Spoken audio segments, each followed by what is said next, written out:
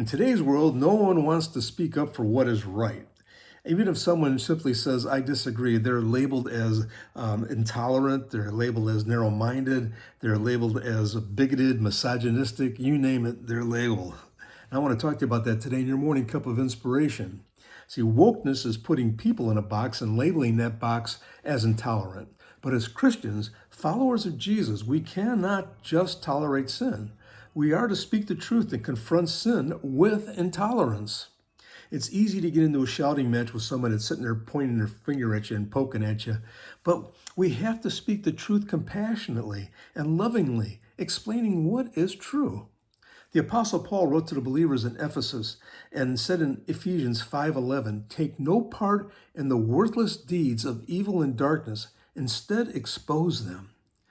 It may be difficult and uncomfortable, but we have to speak what is true because we're dealing with something far greater than wokeness.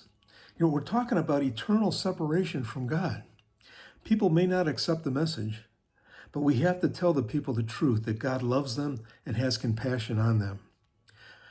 Yet, we still find ourselves reluctant, don't we, to tell them that they're sinners who are separated from God. Our culture, our society, our world needs to hear the truth. But many of us just don't want to avoid or just want to avoid offending anyone. So these people, they remain lost. But what's worse, being offended by someone or offending God? It's easy to say nothing, to just blend into the crowd. But every believer is called to declare the salvation of God, who has called us to be his representatives. It's time to be bold. It's time to stand out and to be a witness and faithful to him.